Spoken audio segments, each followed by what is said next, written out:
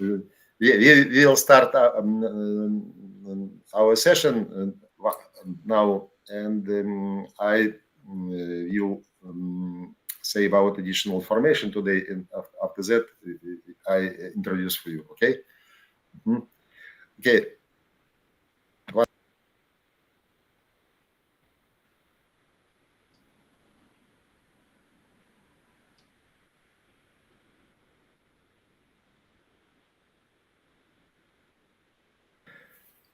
Okay, dear colleagues, let's start our plenary session. It's the plenary session number 3. Yesterday we had a very nice, very productive, perfect day. 47 presentation were discussed on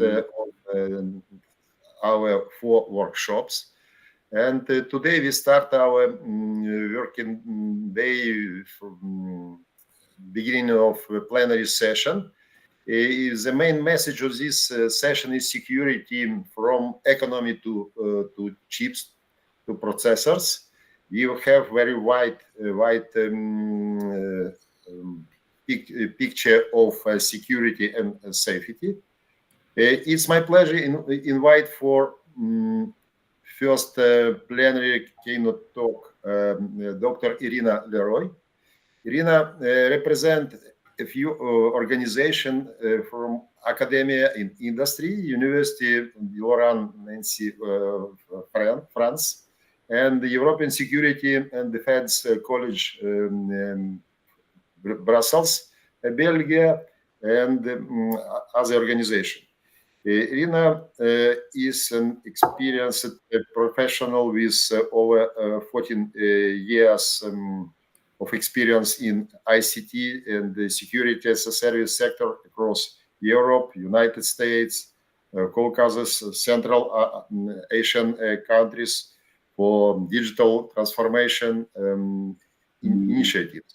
Since 2019, she has been a PhD fellow at the European Security and Defense College, currently serving as a group information security officer for risk information security and the quality at Worldline Group. She manages a large number of information security audits for 50 plus company entire globally.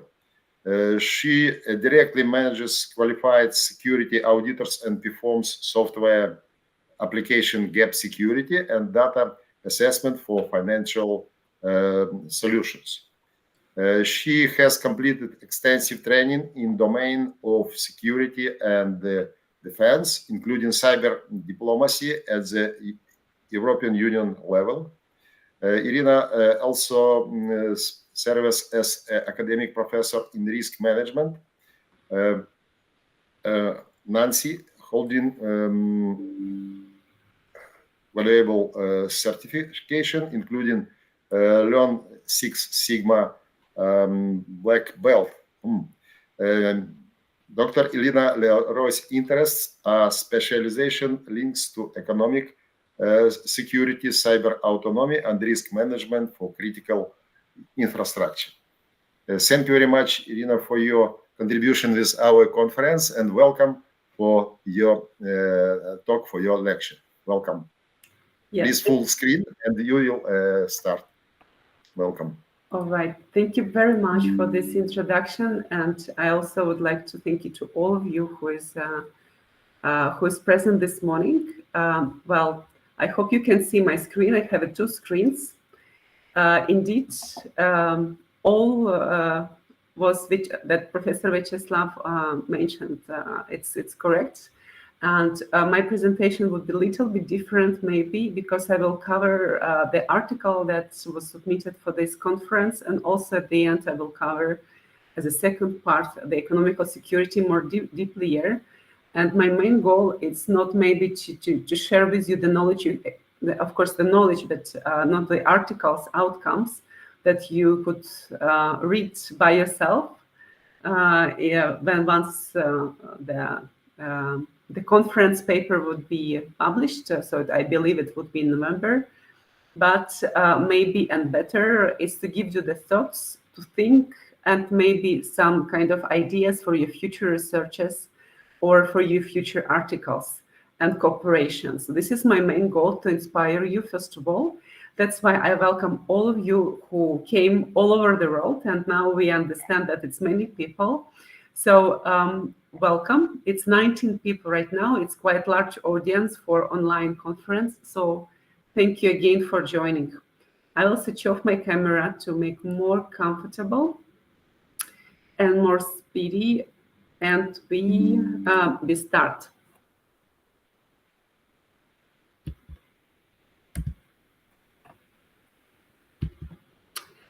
So a few moments about the agenda that we are going to speak today. So first of all, again, I welcome you to the International Conference of on Dependable System Services and Technologies in the Athens, Greece. One of the most historical and wonderful place in the world that I suggest you all to not only to visit, but also to read the history. I'm very passionate. I would like to express my gratitude to the organizers from the various countries who made this conference possible and continue to support researchers in their respective regions. Nowadays, it's very important. So I am very much would like to share with you and possibly answer on your questions. So critical infrastructure and sorry, Irina. Sorry for my interruption. You change slides or not? Because yes, I'm going to change. Yes, I'm going to change. We see just first one. Yeah, and now you can see the second one or not? No, just first one.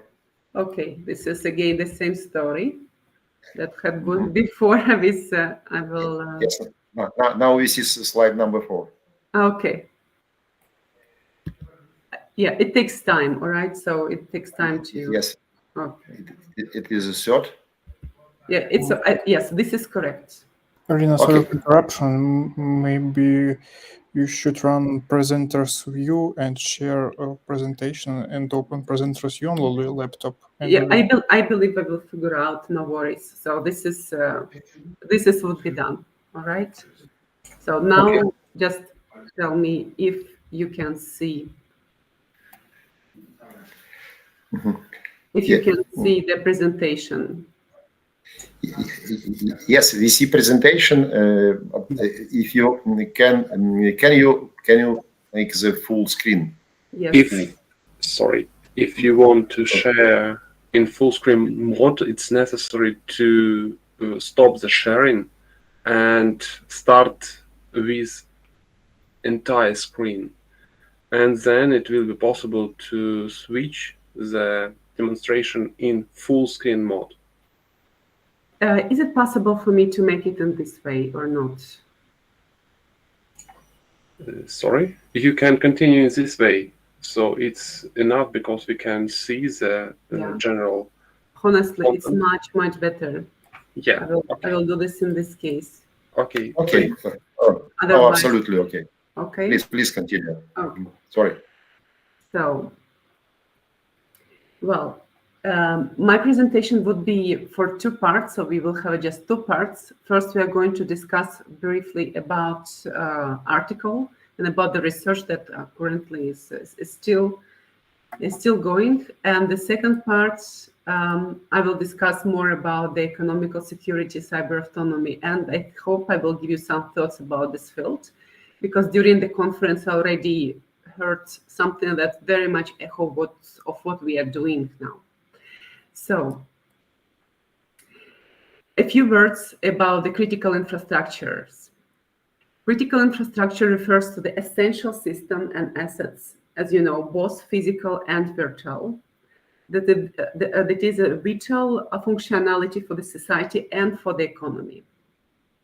Effective risk management, that of course belong to the critical infrastructure, providing the protecting critical infrastructure and helps identify vulnerabilities, assets, potential threats, and develop strategies to ensure the security and community and continuity of those assets. In my findings of my articles that I submit for your conference, I am going to speak about that protection in terms of the security recovering and the different companies. A few words about the article that presenting for this conference. In the article, we are covering and calculating the final impacts of the cyber attack on the stock market, and the time and effort that company stocks needs in order to recover from those attacks. Recovery occurs when the company stocks returns to the same level. A little bit about their relevance for different audience. First, it would be very important and interesting for the cyber insurance companies. Those companies who are specializing, for instance, like different banks and insurance companies, as I said, who insure companies who needs to find a certain metrics to evaluate the maturity of the cyber response teams and the company readiness.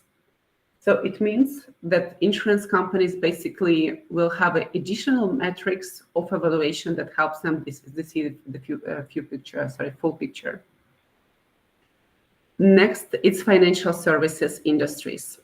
Organizations who operationally operate in the domain of investment management. So it means the hedge funds, private equity firms, wealth management firms, etc. Next, it could be capacity building, and it's also the area and the companies or audience or any activities that are connected to this field. So internal companies and the internal company teams, then the attention, so it means that they will have some instincts when the attention and team's efforts needs to go, and coordination between different departments. Also, it would be very useful for responding to strategy planning, both internal and external teams. As you know, those teams needs to be coordinated together.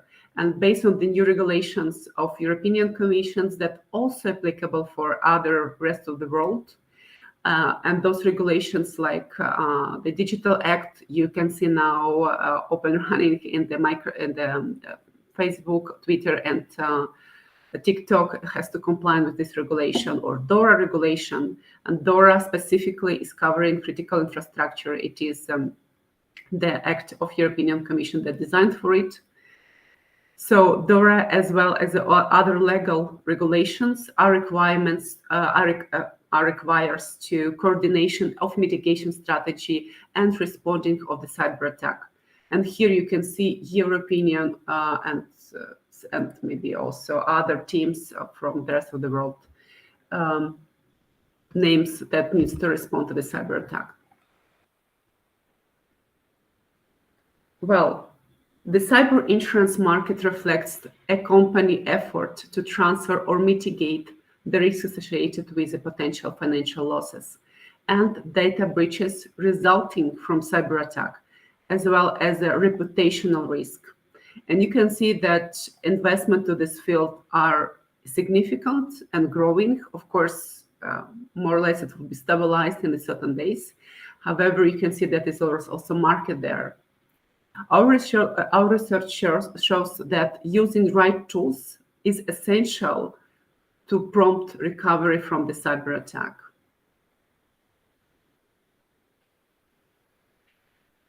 Here, more or less, you can see the kind of not template, but maybe I would say the very schematic information of the beginning of the cyber attack, recovery of the stock at the same level, and that period when the teams, as I said, internal, external teams, who needs to react all together and provide the correct response, should act during the time. Of course, all of these phases of the recovery from the cyber attack has a certain phases, and we can describe those phases based on the different methodologies. And in this particular case, I use methodology of Prince2 that has a certain phases when the teams, different teams, including reputation managers or investor relations, as well as the chief information security officers and investor relations should work, investor relations, and the chief investor relations, reputation management team, and IT team should work together. So all of that is just very schematic, but of course it helps to understand how those teams need to coordinate their common efforts to recover for any cyber attack that impact their stocks. Certainly, if we're speaking about the market of the critical infrastructure or the biggest companies, most probably they are in the stock market and they have shares in the stocks. That's why it's applicable, first of all, to them, and it's much easier to calculate. Given the financial, legal, and reputational harm, no organization benefits from the cyber attack, certainly. The potential of damage to company reputation and its rise concerns about the reputational defense, establishing the right strategy and rules for protecting it, it's very important. So you can see the joint number when basically the using or the having internal CISO position and cooperation between internal investor relations specialist, CISO position, or having internal reputation management specialist is significant to recover from the cyber attack much quicker. And certainly also it means that the financial loss would be much less. If we transform it into the Lean Six Sigma, you can see in the second table the numbers, and it also shows that the numbers is doubled in the case if no reputation management tools in place, or no correct number, or not used of the all reputation management tools in place. How it looks like, and maybe that is much better to understand or to see here, and the reason because you can actually to see the impact that is so could be used for certain metrics of the insurance companies who is calculating the financial loss from the cyber attack and can give this or that insurance, or can do reassessment of the company maturity before having any business relations with any company who is asking for cooperate or to protect by giving the insurance to the company.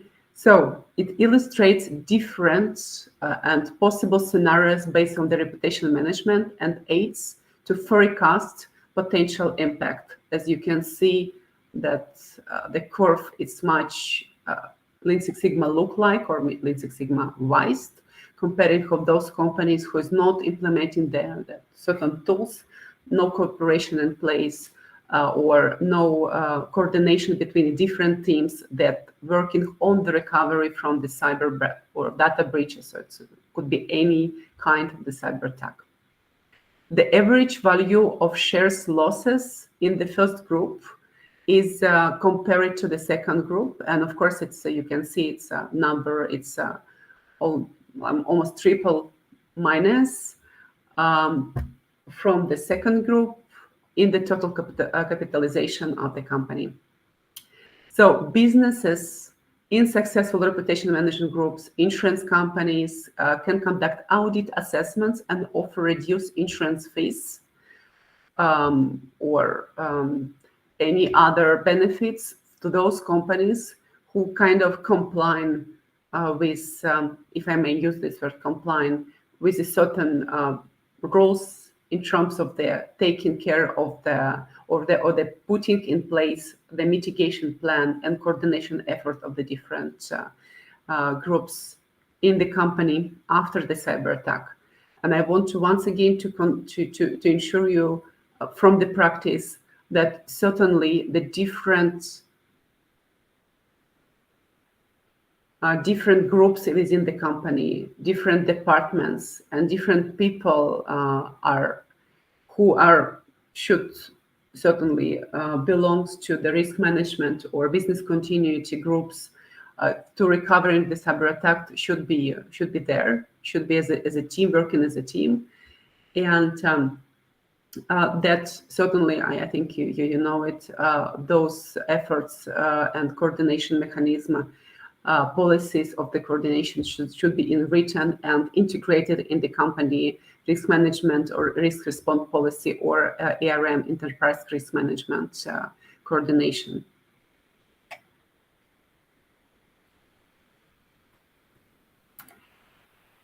And now we are, just to save your time, we are going to the second part, and we will speak a bit about economical security. Certainly, you have seen that I'm, in despite of my technical experience and the knowledge that I have and I implement in my daily work, I am more speaking about the financial impact or reputational impact of the cyber attack. And the reason of that's because those losses, reputational and financial losses, became so significant that company simply should invest a lot of efforts and to pay huge attention in these topics, as it could be the lifesaver also for them in the case if such events like any data breaches could happen.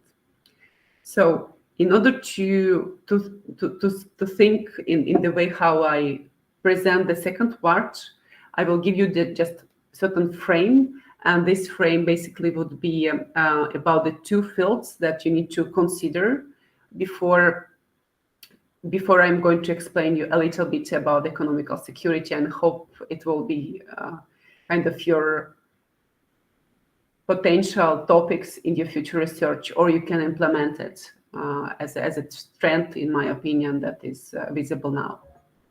So first of all, I like very much, and I encourage you to read and to learn more about the Chicago School of Economics and Nobel Prize laureate Milton Friedman. By the way, despite of the fact that Milton Friedman is American, his parents are Ukrainians. That was escaped for many years ago, before the Second World War, from Ukraine. Just they went to US. And the second, it is about the multi-level relations in the other domains. And this is just what I was speaking with you just now. Cyber attack became increasingly difficult now, and customers became impacted within organizations in their distributions of the loss. So ignoring the specific multi-level relations among the information security, state policies, reputation management, technical aspects, and the economy is lead to systematical risks. That's why, as a core of the research, also and you can see this in my other researches, in the screen right now you can see the cyber autonomy that includes implementation, reputation management, resources, infrastructure management, and administrative part, and which is also includes, of course, the policies, procedures, and other instruments, soft instruments, methods, and the state policies, regulations, etc. And a few words about economical security or different scenarios and other topics that covers this model. Issues such as autonomous decision-making, cybersecurity protocols, or ethical consideration of the autonomous cyber defense mechanism, or potential risk and that all benefits widely within European Union.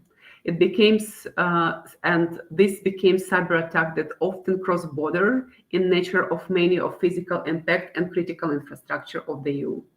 So, and cross border, certainly it means that it's not only EU related cyber attack, but it goes beyond when EU or European Union entities have their companies outside EU. So directly or indirectly, certainly they also impact the companies within this region, European Union region. Significant cybersecurity incidents can be destructive for the single or several affects member states, and several member states could act together, but one member state, for instance, only one country like France cannot act or handle this alone. That can be also formed as a part of the large hybrid attacks that carry out by third countries to aim to destabilize the economy. And that would happen many times, for instance, in my case in Belgium, when stabilized economy was cyber attack that aimed to destabilize economy was around Christmas a few years ago, when the payment terminals was affected and people were not be able to do the payments like one day before the Christmas in the many shops and supermarkets. Economical security and economical defense, never like before, means national security. For that reason, cyber autonomy that you can see now on your screen or the model, associated with the digital transformation include the testing mode period along with cyber autonomy functions that aim to support business critical infrastructure. Therefore, in our regions or all member states, trying to implement several initiatives to ensure that companies, businesses provided the essential services, as well that it's protected against the cyber threats, policies, legal obligations, to immediately disclose attacks, complete organization to the public very quickly, handling response efforts and risk significantly, and rising significantly reputational damage.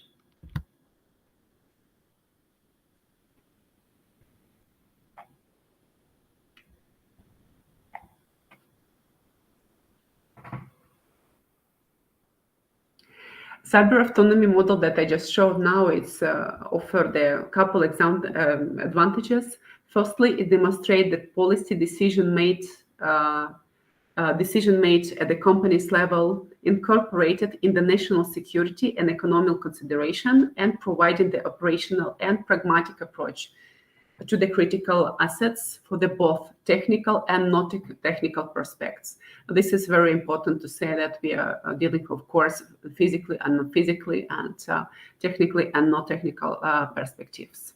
And second, it helps maintain the resilience of infrastructure and information security architecture to ensure rapid recovery of the event and incidents. Therefore, in the critical investigations, their risk methodology, different risk methodology, and integration of risk management framework to implement the cyber autonomy, it's really helpful. And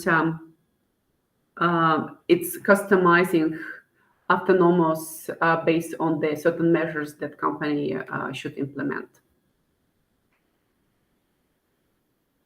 Well, the different businesses has a different approach, and the cybersecurity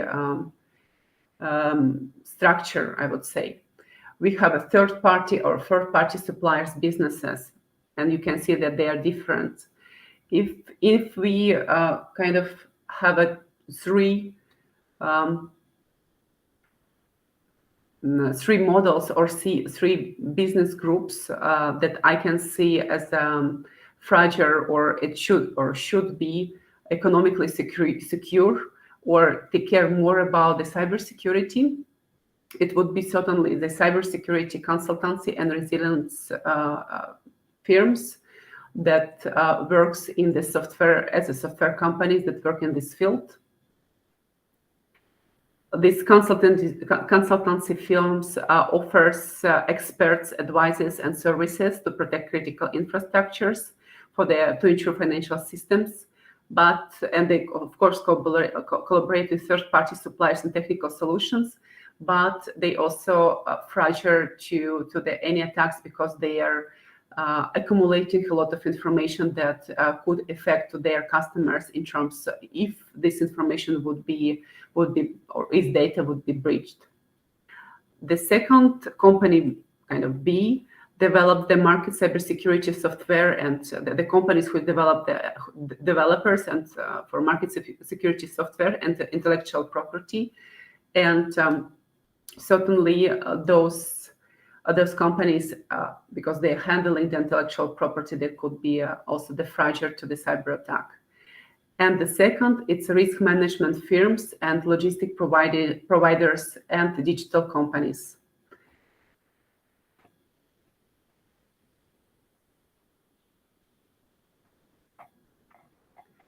Here in the last slide, you can see business models that impact, or business models, the business elements that impact to the economical security, and that includes different aspects of it. So first, it's just a second. I have some issue in my screen.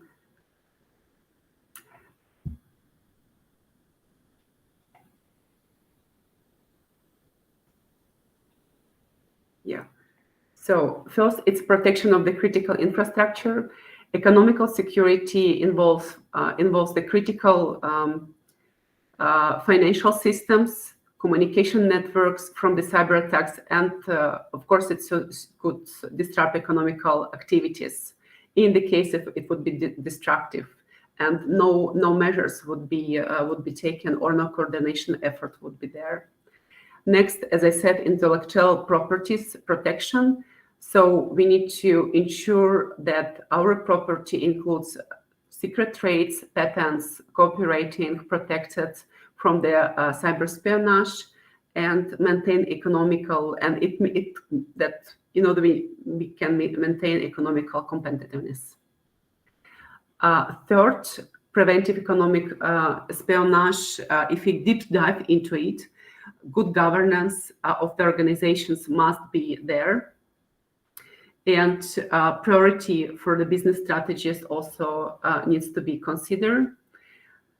All research data, economical data, should be evaluated before published, even publicly, and maybe, of course, it should be disclosed, it should be publicly available, but it should be anyways to making the effort to protect this data for possible losses, or taking care about this very carefully. The financial system resilience. As a person who is working in the critical infrastructure, I do believe that the financial systems more and more became fragile and could potentially be affected by different cyber groups, because we are going to the, for instance, digital euro mode or digital currency for different countries mode. That's why the protection of the bank's financial institutions from the cyber threats and other confident information in financial sectors became crucial. We spoke a lot for a few years. We have been speaking about the cybersecurity in supply chain. Yes, the third and fourth, and maybe even more supplies actors who is involved in our whole supply chain of the company could be impacted, and we should pay close attention into it. Economic security also involves security of the global supply chain that relies on the digital systems. Ensuring the integrity and the security of the supply chains helps to prevent disruption it could impact the economical sustainability. And again, if we look at the article and the research that would be published in the DESSERT conference, it also explains that why after the disrupting of one of your supplier, it could impact also you and your company shares on the stock market, certainly. So it means even indirect impact on your financial losses. Data protections, I do believe it's nothing new. Maybe it's very general, but financial losses, personal information losses, it's essential for economical security, and data breaches could impact significantly this field. Government and industry collaboration. Well, cybersecurity policies and regulations for different countries involve on this government and industry collaboration activities. And in some countries, it's highly regulated. In some countries, not. Anyways, that could also be potentially impacted, and we should put close attention into it. Incident response and recovery. I showed you in the other slide, and I will show it again here, that the different teams should be involved in the recovery and response plan. And sometimes it is the team that we don't even expect, or we even don't put in our response plan as the potential stakeholders who will help us to coordinate this response. However, I'm arguing that this is important to make more kind of maybe to reconsider who is involving, and not having only the technical people or people who certainly was the part of the risk or your response exercise that usually we need to do at least once per year, but also involve the investor relations specialist or reputation management specialist in terms of the response and recovery plan.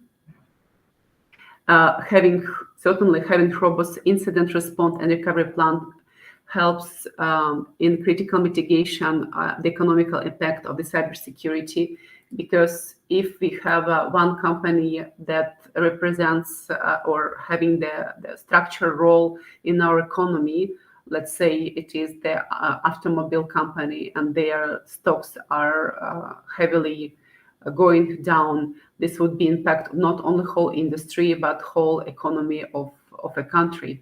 Or if it's pharmaceutical company who is having, let's say, 400 people, or it could be the case, or 100,000 people, and it could impact all of those employees, because this company are having the troubles to recover from a cyber attack, or the stock market significantly going down, and it's of course could cause even structural risk or systematic risk and influence on the other industries around these pharmaceutical or these automobile companies, as well as of course having the interruption of the overall economy of the country or on the region when this companies operates. So investment in the cybersecurity. Adequate investment in the cyber technologies, trainings, personnel is necessary to defend against cyber threats that could navigate impact of the cyber stability. And I have seen a few presentations during the first day that also reflects to this point. And the last, promoting the cybersecurity education, and this conference, one of the most the good example of that, and awarenesses among employees, citizens, and businesses helps to reducing the risk of the cyber threats, and promoting the ethical behavior towards the economical security. that helps to avoid those possible risks that could affect by destabilization of the economy as impact of the data breaches of any other attack is important.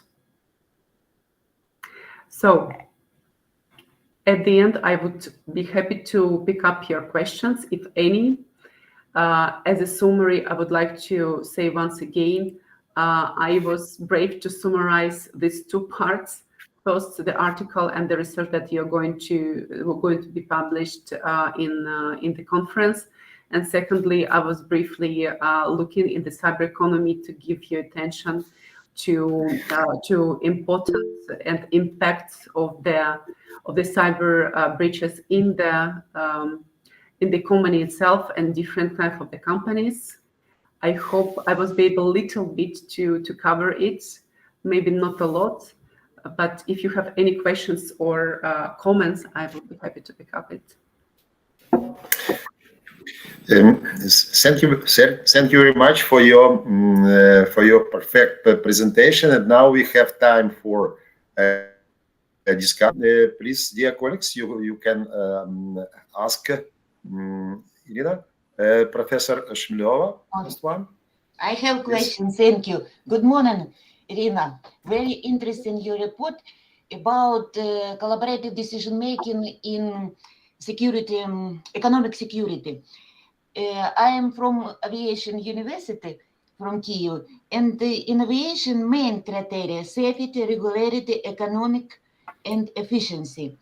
And the question about aggregation in your research, security and economic. This is a simple aggregation or with priority? And next weight coefficients and forecasting and balance between security and economic.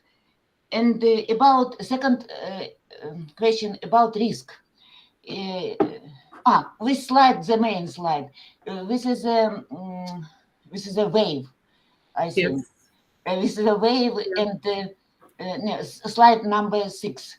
Right. Very interesting because yesterday we had a report about wave theory or about forecasting development of risk in aviation. Wave theory as organization and risk, minimal risk, acceptable risk. Residual always risk has always this risk in system. And the first question about consolidation, aggregation, collaborative two criteria: security and economic. Simple aggregation or priority and balance in future.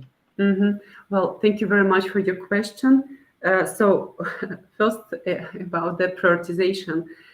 Each company should have their own methodology. I will maybe open my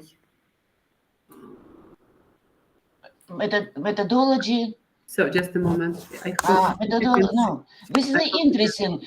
Yesterday about wave approach and today, but yesterday were about aviation and now about economic. Yeah. Interesting. Yeah, I would answer on the question in this way. So first of all, thank you for the question. Each company or each organization should decide about their priorities based on their, I would say, from the business point of view, right? From their business needs. So business comes first, the company vision, when the company wants to be, the company achievements that both company wants to achieve. This is would be my first small question, or as a beginning. And after that, once you have your company or your organization priorities or vision needs, you do preparation, categorization, control selections, control implementation, control assessment, control the authorization, and control mentoring. This is the usual steps that needs to be done in your risk assessment before you are going to do anything. So in order to prioritize, you need to have the real complete methodology of that. You can use methodology, and actually this is what I would suggest you to do. Exists methodology that's called EBIOS. It's a French EBIOS. Yes, understood. I see. This is a wave and balance between two levels. Level, little and big, high and little levels, and balance between in dynamic. Yes, interesting approach. Yeah, so if you want to, you can explain me or you can reach me and we will speak your language. I believe that I speak minimum 2 other languages that you speak. I will be happy to answer more and we can discuss, and maybe I can share with you those information. And your second question was, could you please remind me? No, second question about space theory and application space theory for forecasting in economics and security economics. But I understood this is a dynamic process and balance between different criteria. Well, indeed, the forecasting economic security, it is the task that needs to be done in the different levels and use these different tools, certainly. The second part, you need to involve the different stakeholders within the organizations who is doing that.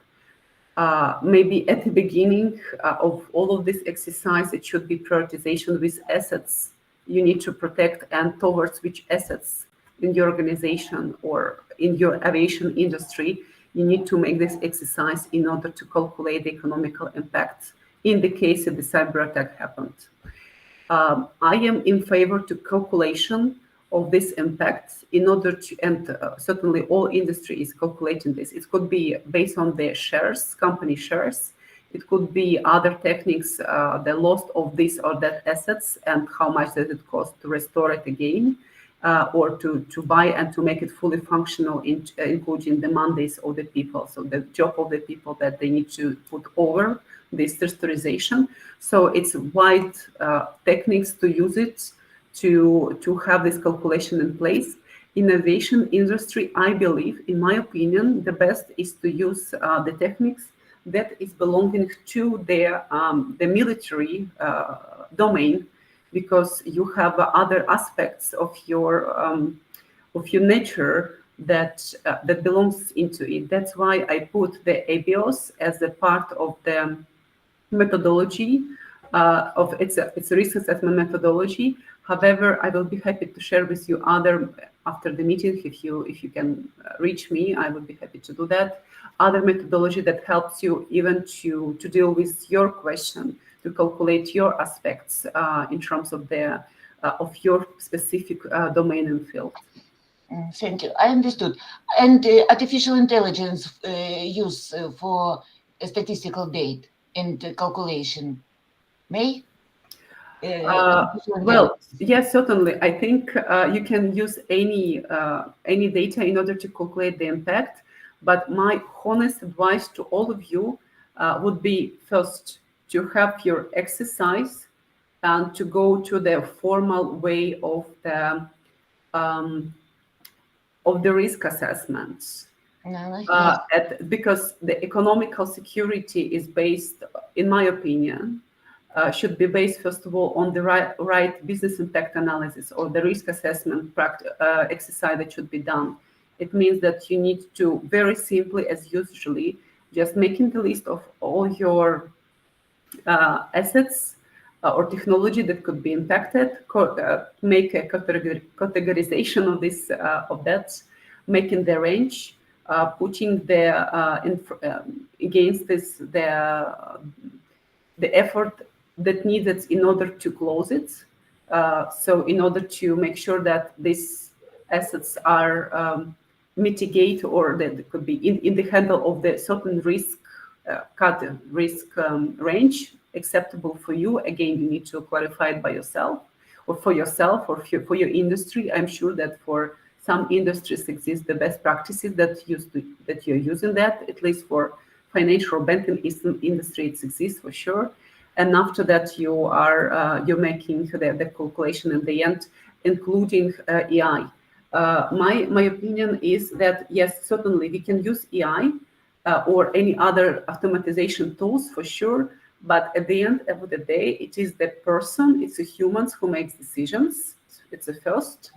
And the second, it is the anyways needs to be reviewed, and all the methods, all even the official European Union and other international certifications like ISO requires that. So you need to do the tests, you need to do the evaluation, you need to do the exercises and practices, you need to do the timetable. Timetable means, the exercise table when all your teams and stakeholders who involved in this exercise sit down together and making sure that they go through it and exercise all of this response plan all together. So, but would be my basic advice to you as an answer. I hope I cover your question. But anyways, please feel free to reach out to me, and I will be happy to support you, and especially in aviation, the industry that I adore. It's a lot of knowledge required for this industry, and fantastic people who is working there. They're very knowledgeable. Please don't hesitate to contact me. Thank you. We have good opinion, I think. And thank you. Sorry. In Eurocontrol now testing artificial intelligence in aviation. In Eurocontrol now. Okay. Thank you for this comment. Okay. We have a few minutes for one more question, please, Professor Nikos Bardis. Your question. Thank you, Irina. It was lovely hear your lecture. It's very interesting lecture, very interesting thematic nowadays.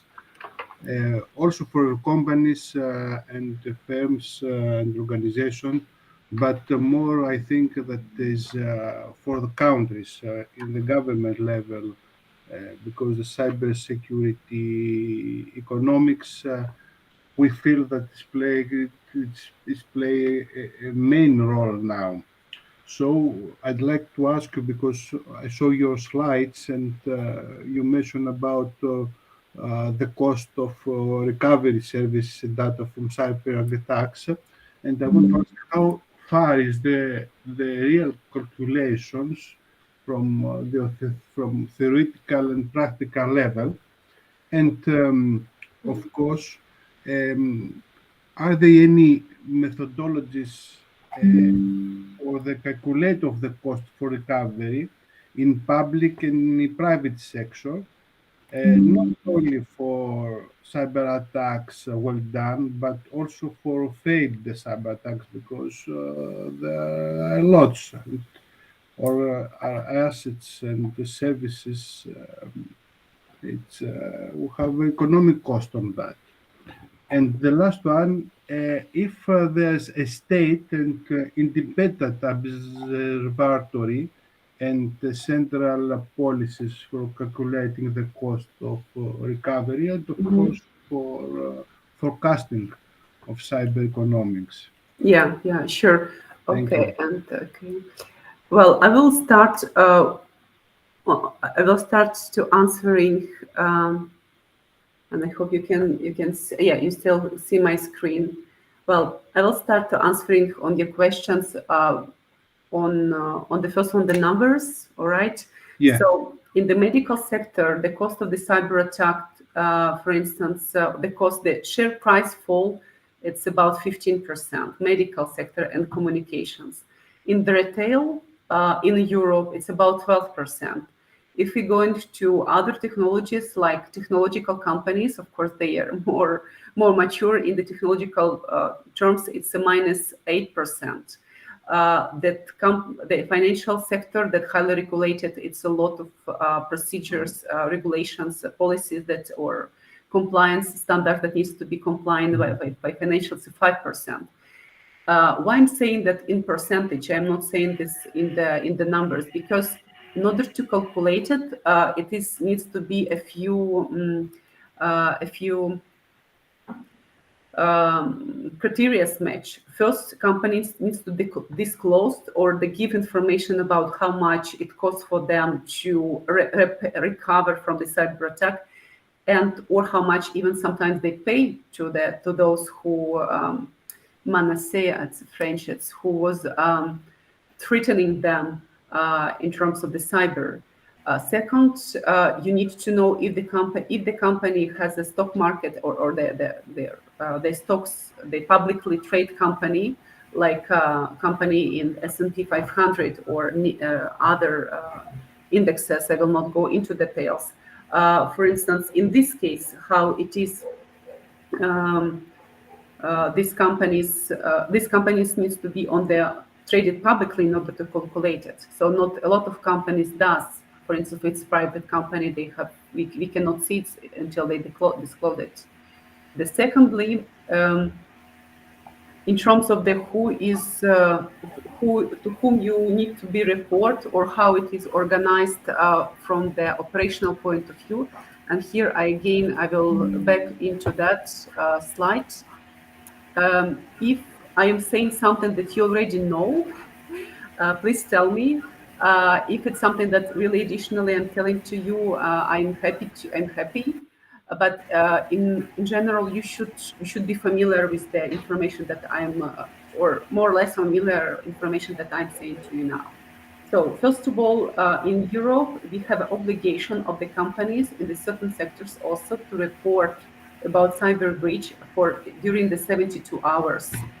The organizations who is collecting this information or who was breached, what is the other actions, coordination efforts could be different. For instance, in the banking sector, sometimes it's a joint exercise between that you can join not for free, but as a volunteer, this exercise that conducted by banks and by authorities, local authorities. For instance, in Netherlands, those exercises is provided by Netherlands regulators, and the companies, financial businesses can join it. And in many cases, they join this common exercise to perform cyber or business continuity exercise, for instance, or joint response, how they will respond all together, business and governance. And many businesses would like to do that because for them it is less cost and they can practice all together. And actually it's an obligation to be compliant with certain standards. Like for instance, business continuity standard ISO 22301, when you need to comply by having a lot of also having the exercise as a part of your obligation toward this standard. In your country, also, each country, it's a big question, each country has their own procedure of the responding efforts. However, if you belong to the critical infrastructure, your structural, we call it structure company, like I had example with the manufacturing, you are obliged to have to follow the certain rules and regulations. For instance, I mentioned already DORA or Cyber Resilience Act, or we had the Data Act that just was finalized recently in August. So those regulations of the European Commission describe precisely where, when, and how you need to react, to whom you need to report, and moreover, as a company or even as a university, you need to implement those steps within your current operational framework or enterprise risk management or any other policies that you have in place in your organization. So this is already there. You just take it and you use it. Of course, you can use the NIST, different NIST, like NIST 30, 830, of course, 853 or 837. And you can also make this happen and to have that as a part of your behavior within the organization. A little bit more in Greece, you have certainly NISA. If you want to know who pay the numbers that reflects to your research in terms of the how does it cost the attack, the cyber attack recovery, or what is the financial harm, you can ask NISA. I'm sure that they have this data. NISA in Greece, it's a European agency for cybersecurity, very well known and very well functioned. In terms of the other source, you can look at the ADA or ADA, which is European Defense Agency as a part of European Commission, European External Action Service. And you also can look at the local teams and the bodies of the government who is representing the teams that working in the cybersecurity or information security. Well, excuse me. Sorry, we need to check time and. Oh my God! Yes, sorry. Thank you, Slava. Thank you, Irina. Thank you for your answers and your information. It was very nice. And wish next time to visit in Athens and hear you offline here. And also, if you are in university, we'll be happy to invite you in Erasmus programs that we have. So you can give it lectures here in our government's statement and the universities. Yeah, thank you very much for your invitation. I would be happy to definitely to visit Greece. It's I have a Greek name, so it means Irini. It means peace. Yes, of course. So from the peaceful attitude of me to you, I wish you all of you very nice day and the other lectures successful presentations.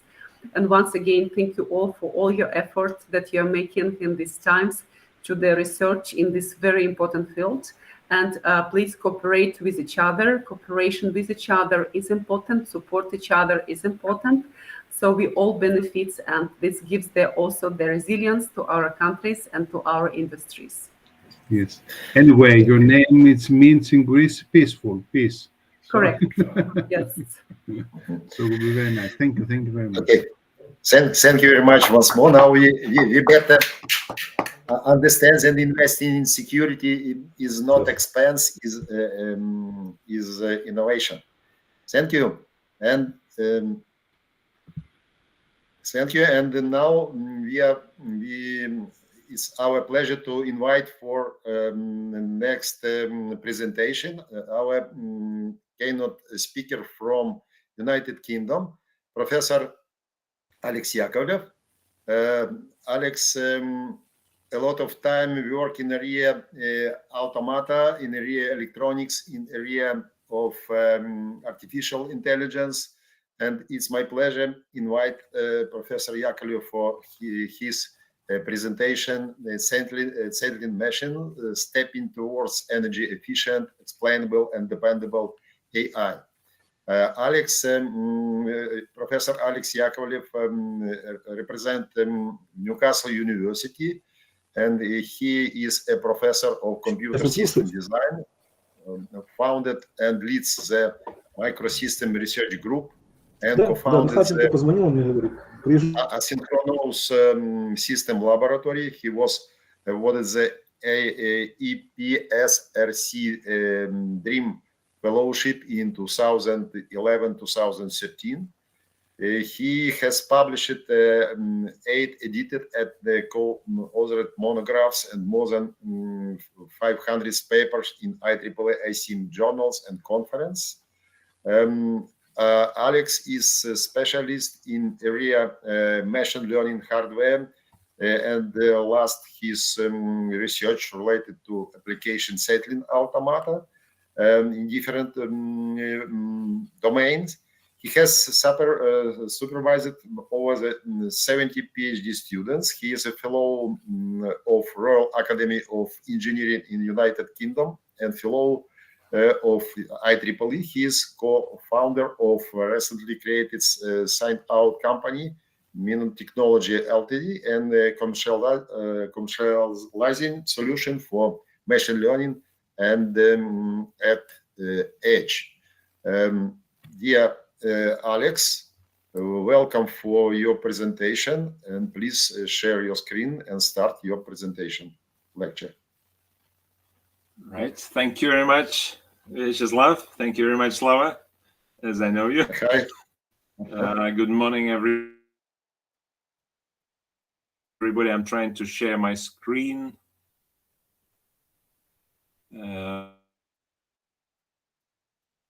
I hope that my network is going to work well.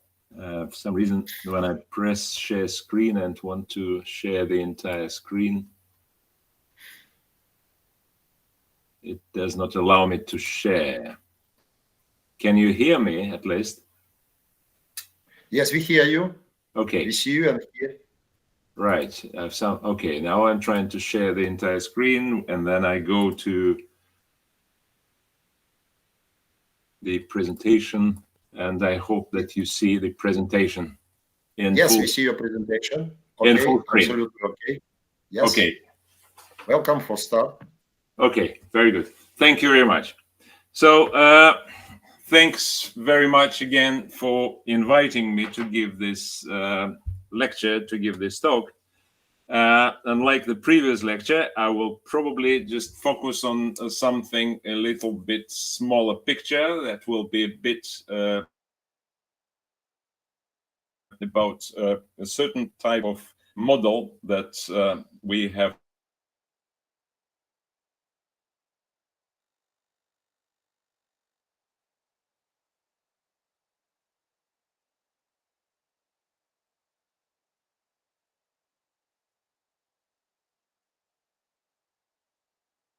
it can be used for a number of problems that exist with present day AI, and essentially I would be happy to answer your questions. So connecting it with the previous talk, I decided that I will include this slide that we are starting to be involved in a program grant project with 3 other universities in the UK, which will be focused on the financial risk analysis using the so-called event-triggered distributed AI or machine learning, where the idea is that to increase the scale of the risk analytics, just let me get to the point.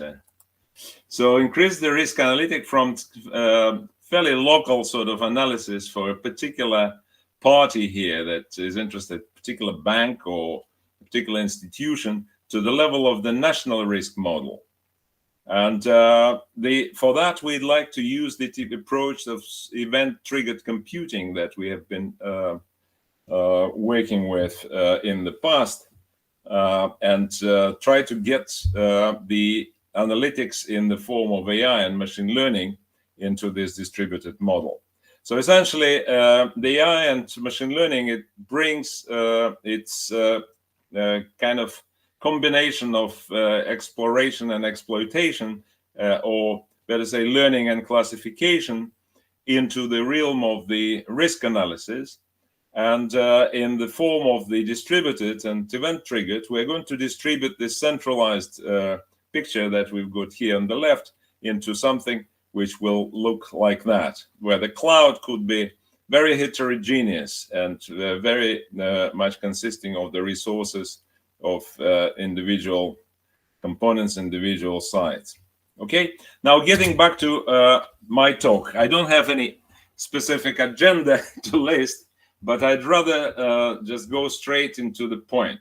Why artificial deep neural networks? Why they're not sufficiently meeting the requirements that we are facing? So first of all, we have to remind ourselves what these artificial deep neural networks are. So what their architecture and what are their features. So based on the model of the neuron, which is essentially a model which consists of some inputs that produce the values. Then we've got weights. Then we've got certain activation function. We've got the threshold here, and then produce output. And that forms a network where we've got a large number of the various parameters involved here. And we've got multiple layers of these neurons, so hidden layers here. And we've got heavy arithmetic operations involved here. We've got floating point numbers, and the learning algorithm is typically backpropagation, where we calculate the deviation of the output from the expected, and we propagate some form of derivatives backwards to the weights to update the weights. So what are the basic problems with this DNS? So first of all, they're typically a black box, which lends itself to be lacking explainability.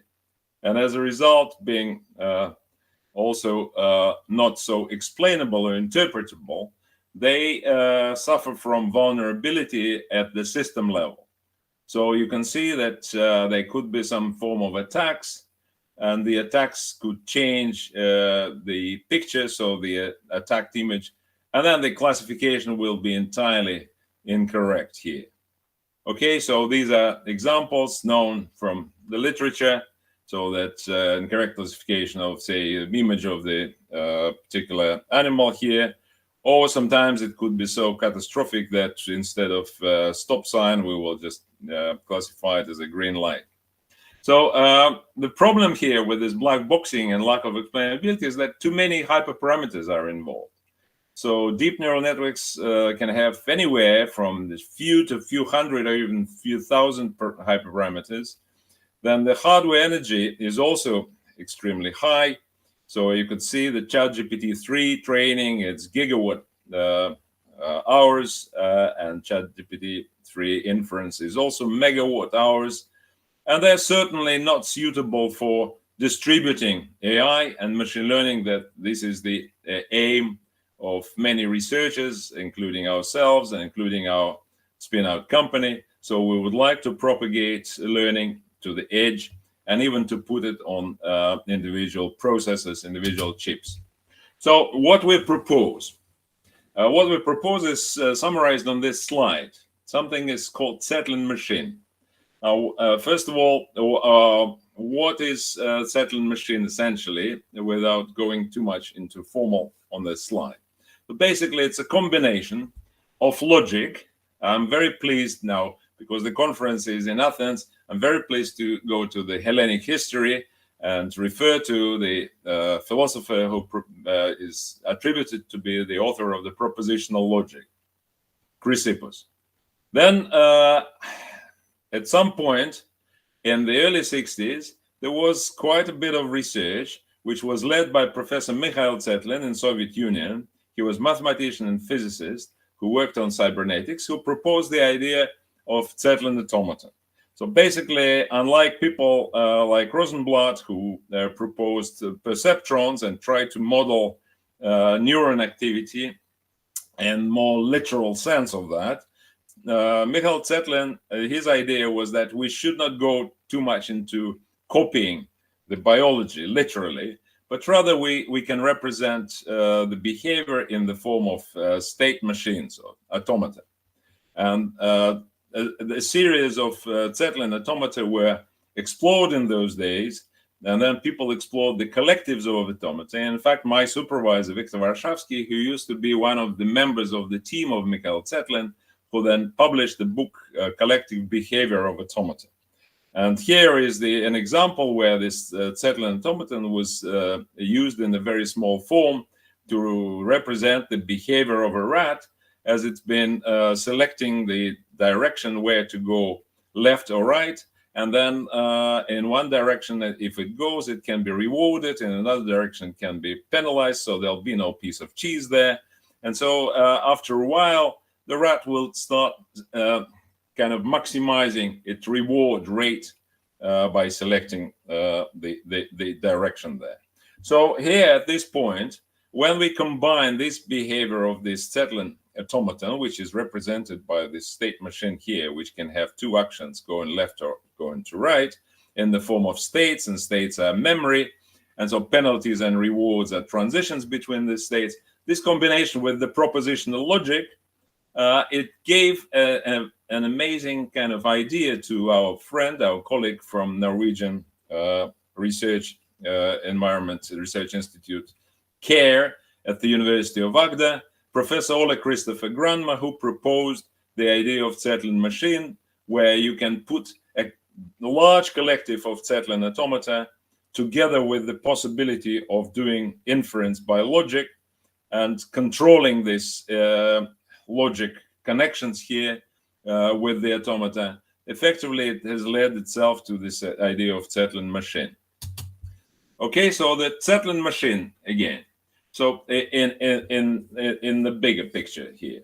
So the accuracy of Zetlin machines is competitive to artificial neural networks.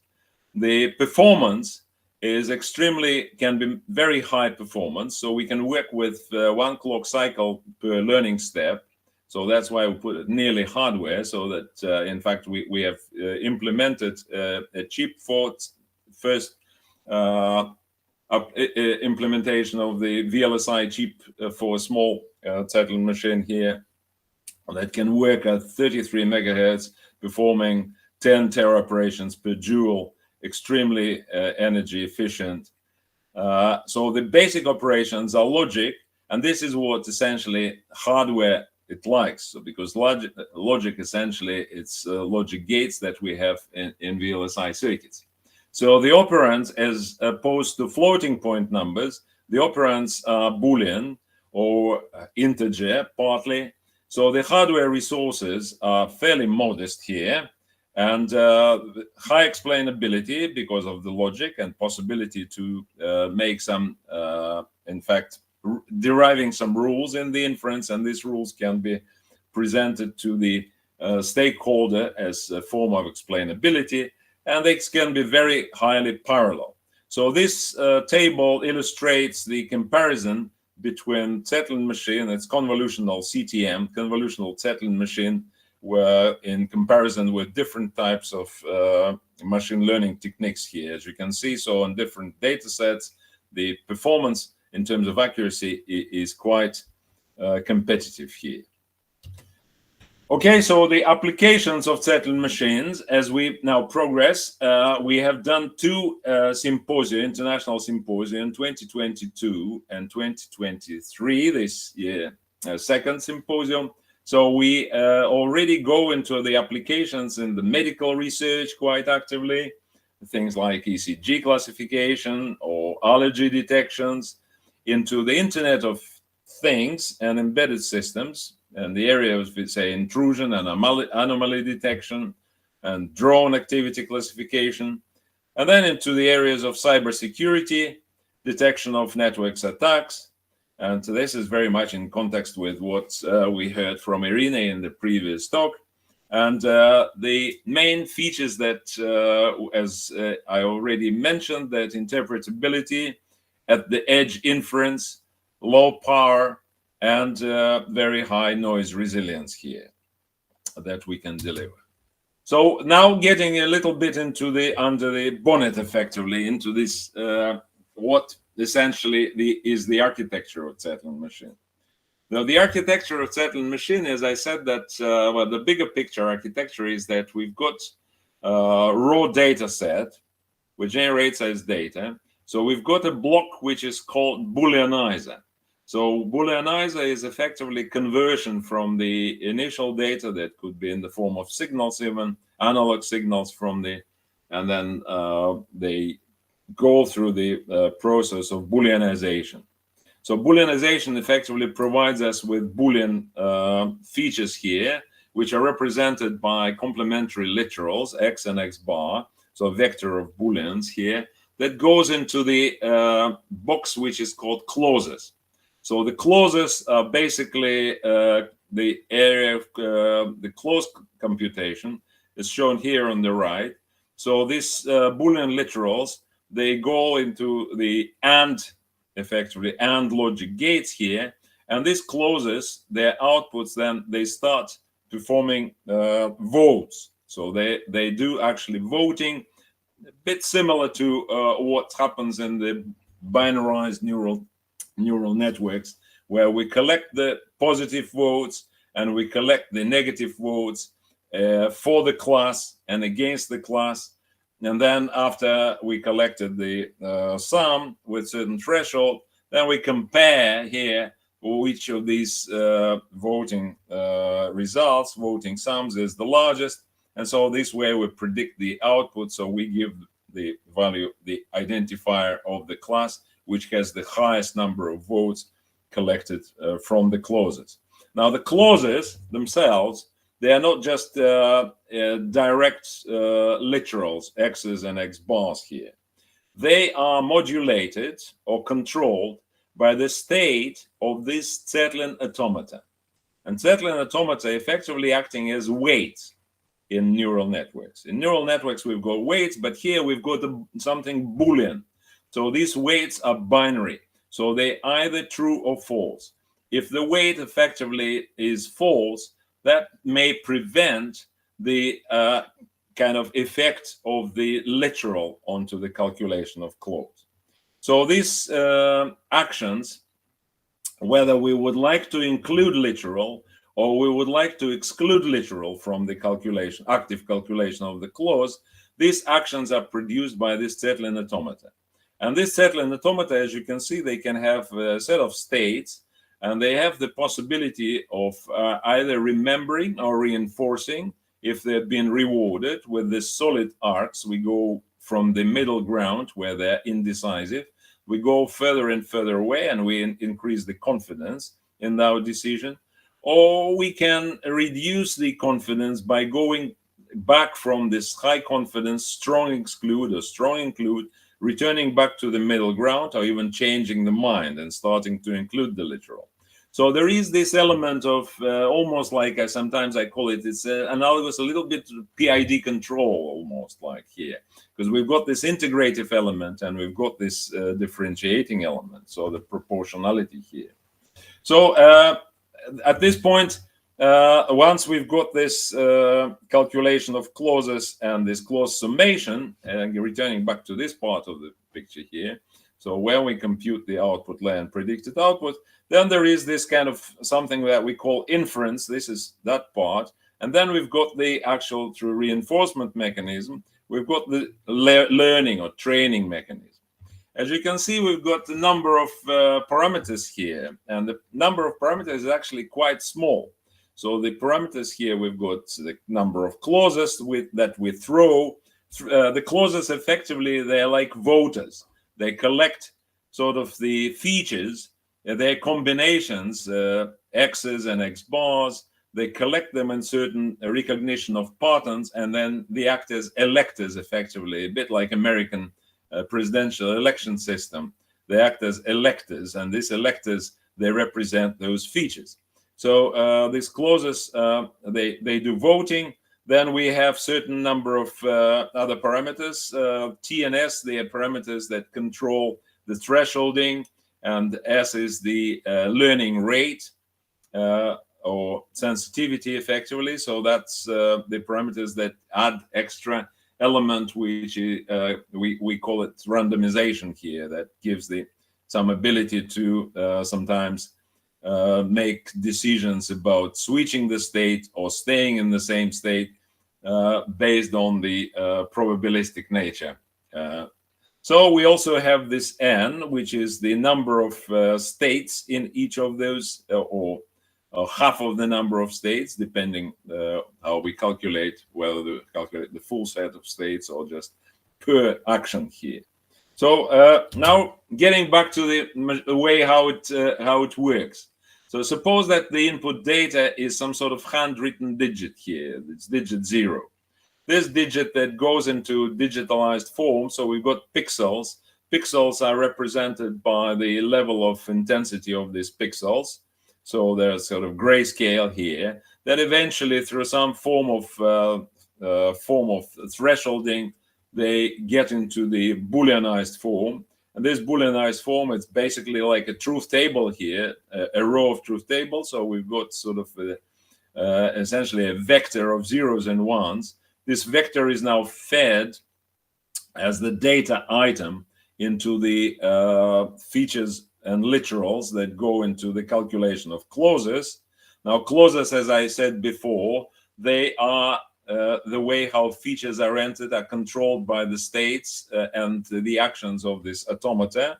And so the clause outputs then start putting votes. So they start voting either with positive votes or with negative votes. So for kind of simplicity, we take some clauses that are even numbered, like 0, 2, and so on. They are voting for, and the odd numbered clauses they're voting against. And so we've got the possibility of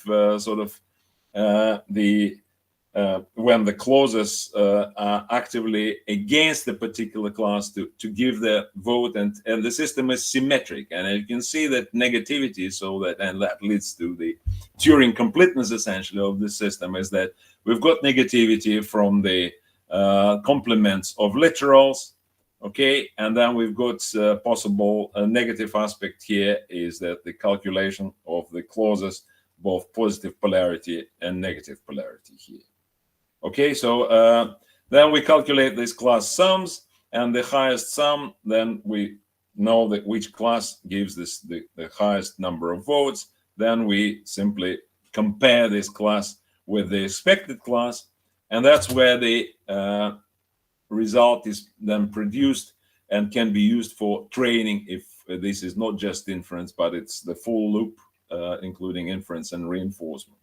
So here is an example of how we train the system to recognize the function xall between the literals x1 and x2. And as you can see that particular values of these features are coming. So x1, for example, is 0, x2 0. As you can see, the expected result in the truth table should be 0 here. So then in this calculation, when we apply the appropriate values of, at this moment, what we've learned from the Zettel and Automata, what sort of states they should be in. So that just goes and provides us with the predicted output with high accuracy here, provided that the training had already been done here. Okay, so that's an example how the inference in the Zettel machine works. Now, training in Zettel machine is done through this kind of technique, through the stochastic reinforcement rules here. As you can see that we don't have any kind of explicit gradient descent here in the arithmetic form, but there is a hidden sort of gradient descent here in the combination of logic conditions where we select, for example, the feedback. We determine, first of all, the feedback for the entire Zettel machine, which does this comparison here and computes the appropriate values of C1 and C2. Then we get this to the understanding of the feedback per clause. So the clause polarity is taken into account. And then per clause, we know the classification between different types of feedback, type 1 and type 2, which are effectively feedback which helps to combat false negatives and false positives. And then we see how literals themselves, x's and x bars, or these features, how they align with the calculation of clauses from the point of view of those false negatives and false positives that comes from the previous level. And basically here we compute the responses that we give to the individual automata. So this is the individual automata illustration where we effectively generate this penalties and rewards, and penalties and rewards that are recalculated then in simple form to where we're shifting ourselves in the decrementing the state number or incrementing the state number. Okay, so hidden here is this so-called Boolean derivative. So those who know a bit about logic circuit testing and sensitization, basically we have this gradient descent, but gradient descent is in the form of the very much kind of logic and Boolean type of derivatives here. And that's again music to the ears of hardware designers, because in hardware the implementation is extremely energy efficient and highly performant. So natural explainability of Zetland machines. It comes with the illustration from this example from our colleagues from Norway, where they published, where they used Zetland machine to learn human interpretable rules for high accuracy text categorization. So as you can see that they categorize text here. So the task is determined whether the patient is allergic to drugs and not based on some kind of other type of rules here. So there is a big data set, and this data set has been processed through as I said, this Booleanized approach. Then the clauses have been formed, and we effectively establish these clauses, and we interpret clauses as rules. So with a certain number of clauses that we throw here, we can reach the accuracy, which is quite respectable accuracy here. And so the output from this system is essentially the set of propositions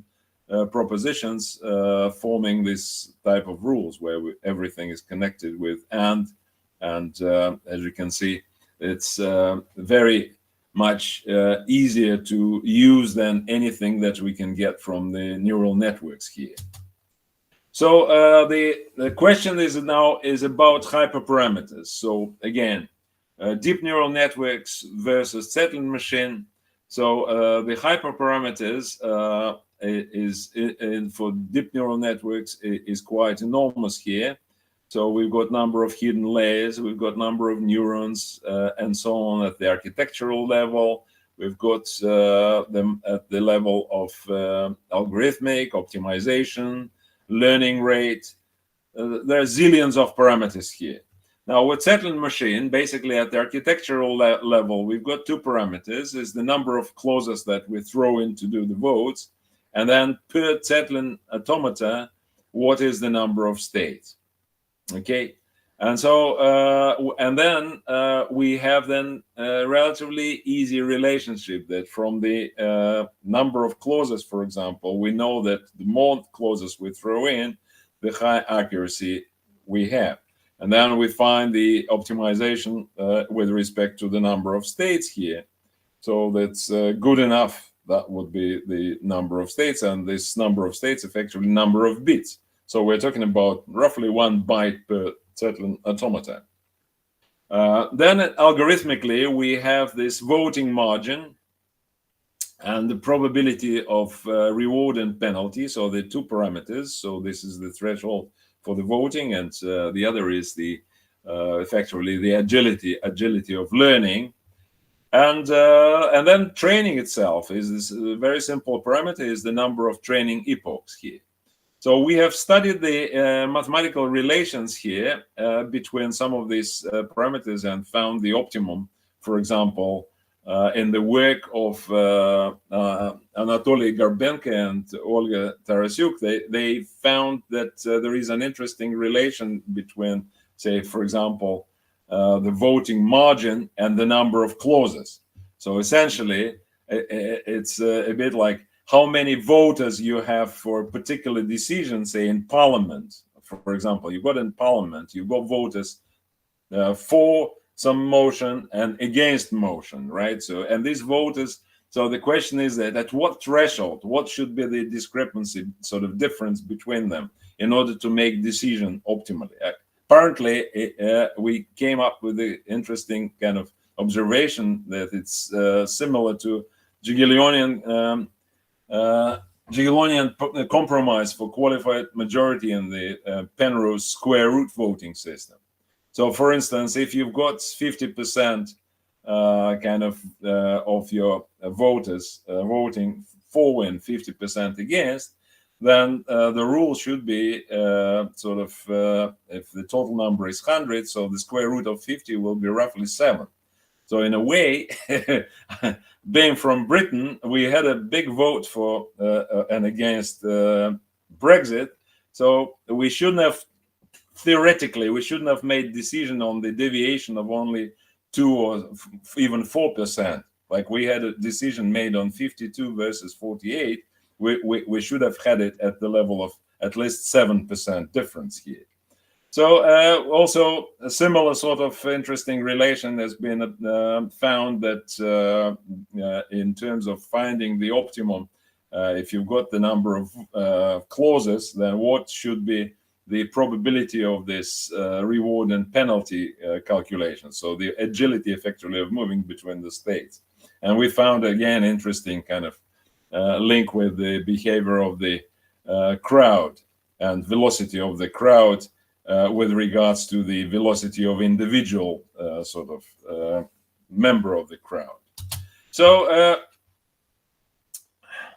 now here's a little bit of demo. So I'm just conscious of the time. So I've got still a bit of time to show you some demo here. So the demo is essentially about handwritten digit recognition from the MNIST dataset. As you can see, we've got 10 classes here, which I represented in the form which is effectively negative kind of. Photographically, it's a bit like negative form, so that we converted sort of the handwritten ink here into some form of the enlightened pixels here, and the background is actually dark, so that's how they were represented. So now suppose that we do the vote for the certain class, and the class is 0. So we've got these clauses, and we compute the effectively statistics in the form of clause summation here. As you can see, as we go through the epochs, we've got the different clauses, and they reflect the appropriate features here, and you calculate the sum, sort of averaging, sort of better summation, I would say, the clauses per feature. As you can see, as a result, they accumulate those votes and we effectively show here the behavior of automata. Those automata that go and vote for including this particular literal, which is here. So the literals are in this pixel matrix. And as you can see that those that want to include the complement of the literal. So it's pretty much reflected, the picture is reflected very much in the memory of this automata. Now, for example, voting against this class, this is another interesting sort of observation here. So as you can see, the activity of voting against this class is somewhere in the whole of this donut here for 0. So those automata, they want to include X's here. Why? Because they vote against this class. Okay, and now you can see that in the entire picture, so that as we go through all classes, so that you see after these epochs, they gradually, this is effectively the memory of the Zetlin automata that corresponds to the combination for each automaton is the intersection effectively of the clause and the literal here. So again, it feeds to the idea of explainability. All we have to do is just look into the memory of Zetlin automata and just see the image there, where kind of visualize the image of this automata.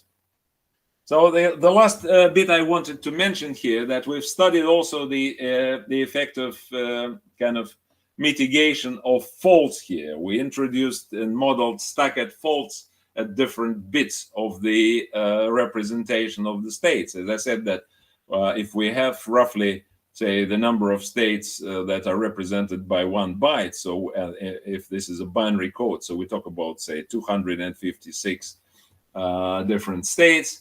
So if we incorporate, say, stacked fault at certain bits here, so in this case, it's actually smaller numbers, so we've got only 6 states here, we start to investigate what is the effect of incorporating some faults here. So the faults could be in the form of attacks, maybe. So there are certain bits of the Zetlin automata could be attacks into the Zetlin automata memory here. So we observed that the fact that we have clauses and the fact that we've got a number of states, there are two parameters. Remember that in this architectural parameter optimization. So we found that by increasing the number of clauses, we can return back to the 100% accuracy in the XOR classification example with a certain number of faults incorporated into, say, automaton number 1, bit 0, 1, or 2. As you can see that with smaller number of clauses, the accuracy drops, but then we can recover by having extra sort of redundancy in the clauses. And this natural redundancy is quite significant here that we have. So the redundancy in the form of clauses and redundancy in the form of TA states in memory. So this is a bit like combinatorial or combinational type of redundancy of logic, and this is more like memory. So I want to summarize now. So the Zetlin machine is a new logic-based machine learning algorithm. So it originates from the study of animals' ability to learn and simulates the collective behavior of learning automata. So it goes back and sort of historically into the 60 years ago, the work of Mikhail Zetlin and the team of researchers in Soviet Union. And TM provides a high level of intelligence abstraction compared to artificial neural networks. An ensemble of Zetlin automata, so-called rat brains, each making a discrete decision. So we've got discrete decision of individual, but the ensemble works extremely efficiently. And TM Zetlin machine uses stochastic reinforcement to update learning automata states. Its convergence and reproducibility has been proven mathematically. So there are some proofs that this model can be represented as the Markovian model, and then it sort of converges to the optimum. And TM has only 4 hyperparameters to turn, and whose optimum values can be found using explainable mathematical models. TMs provide comparative accuracy and supports natural explainability, and TM can be natively converted to computer hardware with great productivity and energy efficiency. And at this point, I would like to thank you for your attention. So if you've got any questions, I would be very happy to answer them. And I hope that my presentation was not interrupted by network issues or other kind of stacked faults or certain cyber attacks. Thank you very much, Professor Alex Yakovlev. Thank you very much, Alex. And now we have time for short discussion and question and answer. Welcome for question, dear colleagues.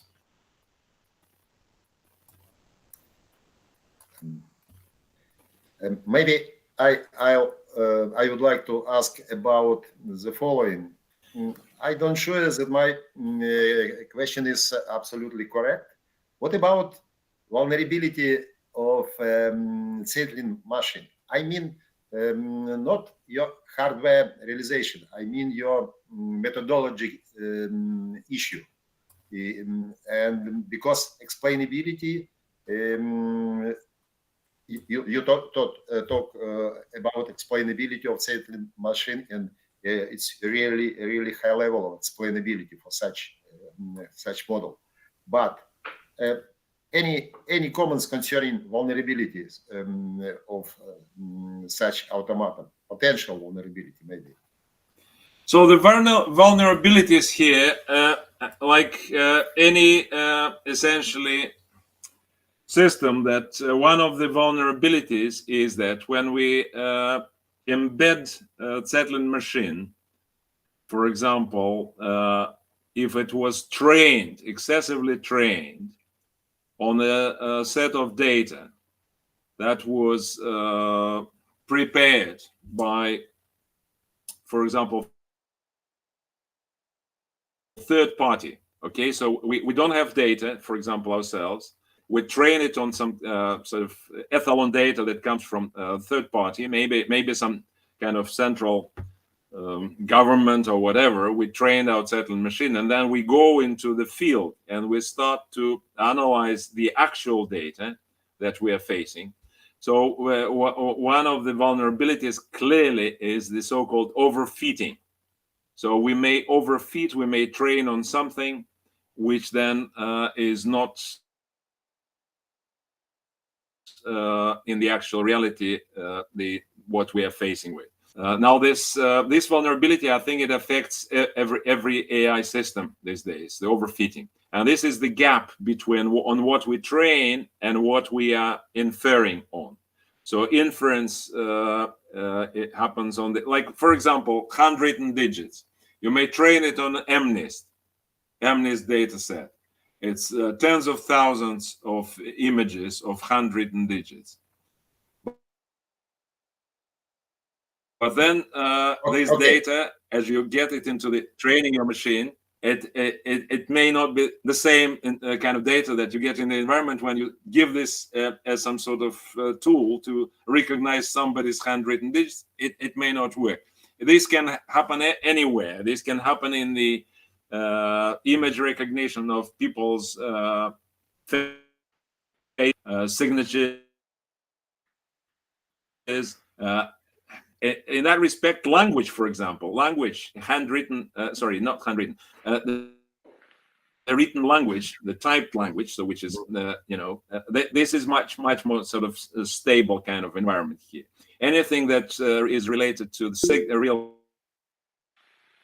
signals, sort of in the real world signals, this is where vulnerabilities are much higher, I would say. Okay, so thank you, Alex. And next question, Artem, welcome. Very short question. Thank you for your report. Is it possible to consider it as a true heterogeneous kind of AI computing from the point of view of classical architectures of Intel processors? From the classic point of view of... is it heterogeneous computing? I mean, heterogeneous computing is something where we have heterogeneity from the point of view of architecture. Levels. From the point of view of the architecture, yeah? Yeah. So it's not the execution of the program, but the voiding or some another types of architecture implemented directly, right? Oh, yes. Okay. So we're talking about the architectures implemented directly. Are you talking about, Artem, are you talking about field programmable arrays or things like FPGAs? And yes. Or you're just talking about the question is it possible to consider it like some kind of heterogeneous computing in comparison with the traditional desktop implementation, for example? Right. Well, I think it is possible in the way that, I mean, as we get into the AI, what happens is that we get into the world of effectively data-driven computing. So it's not computing which normally traditionally driven by the algorithms, right? Algorithms. And in the traditional way of computing, you write your code in some high-level language. You get this code compiled into the executable code, which is compatible with the processor. Okay, so heterogeneity can be here, that you can incorporate data-driven as some part of your compute. For example, you may write your code in such a way by saying that, okay, in this box here, we will get actual, not the algorithm, we will get the data, say, some kind of repository of training data. We will train our extra processor, extra core, which will sit with the traditional core. And then we will train it in the process of compilation. So that's or it could be done even online. So this heterogeneity is just incorporating data-driven computing into the normal kind of style of computing, where we get it from programming code and so on. Because so the answer is yes, right? Yes. Oh, okay. Sorry. Okay. Yes or no? Yeah. Let's do Boolean. Okay, and one question from Professor Yuri Kondratenko. Welcome. Please shortly. Thank you very much, Alex, for your nice presentation. You told that during information processing in this settling machine, some component like proportional, integral, and differential are used. So it is well known that, for example, like fuzzy set theory or neural network was very successfully used like base for design of fuzzy controller, neural controller, and so on. So is it possible to use this theory of settling machine for design of, for example, settling machine controller for control of object, not only for recognition or decision making, but only for control of object in non-stationary condition or uncertainty condition and something like that. Thank you. I think it's a great area here that we can. I mean, taking settling machine, we can interpret it as the feedback control. It is adaptive system. So the adaptive system at different levels. So one of the level of adaptation is that it effectively configures by this includes and excludes by the actions of the automata, because the automata are the brain of our controller. So by adapting the connections, so we do sort of structural, for example, structural adaptation is that because we connect some of the inputs to certain organs in our controller, so these connections can be either reinforced with by having true connection or excluding connection, because this is binary decision here at the level of elementary connection. But the combination of connections, by being elementary Boolean, the combination of connections becomes much more sort of, I wouldn't say fuzzy, but it becomes closer to integers, effectively, right? Because, and so that we tune these connections, and that's very much kind of the framework of the adaptive control. And the adaptation process is quite naturally, it's much slower process than the actual response from the inputs to outputs, so that the controller itself can, that's what we observed in the settling machine when we implemented it in FPGAs or or even in special chip, that the inference between the delay latency between inputs and outputs, it's very, very small. But if we put it in the process of adaptive behavior, of training, the cycle of training is an order of magnitude slower. So this is, I think this is, Yuri, I think it's a great actually topic. So we have not tried yet to use settling machine in the areas where, but the combinations, small combinations of settling automata, they have been used in the past. There used to be a nice book, actually, I've got it here. It's one of my sort of book by Narendra, A Learning Automata. In the 80s, they picked up settling automata and some other automata from settling group, and they used them for optimal control in, for example, in telecommunications and telephone networks and things like this. So, okay. Thank you very much. Thank you very much for the question. Thank you very much. And sorry, but we need to stop our discussion because the next session are going. Thank you very much, Professor Yakovlev. Thank you very much, dear Alex, for your presentation, for your contribution, and hope we will meet on the next hour conference, DESSERT', and not only. Thank you. Thank you very much, ladies and gentlemen. Enjoy the conference, and I would love to be with you. Thank you. Thank you. Dear colleagues, we need go ahead now very short interruption, and we need start our 3 sessions. We have a moderator of all of them, and I ask all moderators to start session according with our programs. It's the first one. And second one, short information about our offline meeting. This meeting will start about 1 p.m. from in Officer Club, and I will invite all our colleagues on the next plenary session at 2 p.m. 2 p.m. It will be fourth plenary session, after which we will continue our parallel session and workshop.